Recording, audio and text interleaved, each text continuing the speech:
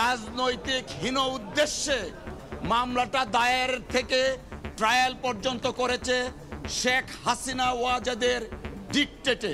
তারা চেয়েছিল যে তারেক রহমানকে এই মামলা দিয়ে চিরজীবন তাকে বাইরে রাখবেন। 400 বছরের ফৌজদারি ইতিহাসে এই ধরনের কোনো দ্বিতীয় কনফেশন হয় কিনা, হলে এর উপর কোনো সাজা হয়েছে কিনা। রিট্রাক্টেড কনফেশন এবং সেটার যদি করবোরেটিভ অন্য কোনো এভিডেন্স না থাকে তাহলে এটার উপর ভিত্তি করে কোনো আসামিকে সাজা দেওয়া যায় না।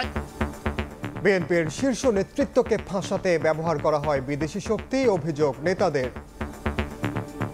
হামলাটা ছিল পরিকল্পিতভাবে কোনো বিদেশি শক্তির দ্বারা সাজানো একটি গল্প তৈরি করে সেই গল্পের উপর ভিত্তি করে তাকে সাজাও দিয়ে দিয়েছিল। দীর্ঘদিন রাজনৈতিক সংগ্রাম এবং ন্যায় বিচারের জন্য যে সংগ্রাম করেছি তার কিছুটা হলেও আজকে প্রতিফলন হয়েছে। দেখছিলেন প্রধান শিরোনাম। দুপুরের সময় সঙ্গে আছি আমি ওমর ইনান। এবার অন্যান্য শীর্ষ সংবাদ। যুক্তরাজ্যে শেখ হাসিনা ঘনিষ্ঠদের বিপুল সম্পদের সন্ধান। পাচারের অর্থে সালমান সোভার সহ রাজনৈতিক ব্যবসায়ীদের অসংখ্য ফ্ল্যাট, বাড়ি। গার্ডিয়ানের প্রতিবেদন। দেশের উন্নয়নে গবেষণা করে জুলাই বিপ্লবে অবদান রেখেছে সিপিডি, প্রধান উপদেষ্টার প্রশংসা। যে সরকারি ক্ষমতায় আসুক নিরপেক্ষভাবে কাজ করার আশা সংস্থাটির।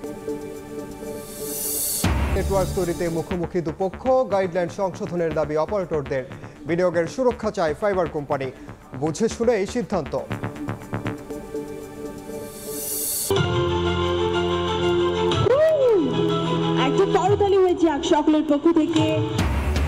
তারুণ্যের উৎসব অনুষ্ঠানে উন্মোচন হলো বিপিএল এর 11তম আসরের মাস্কট।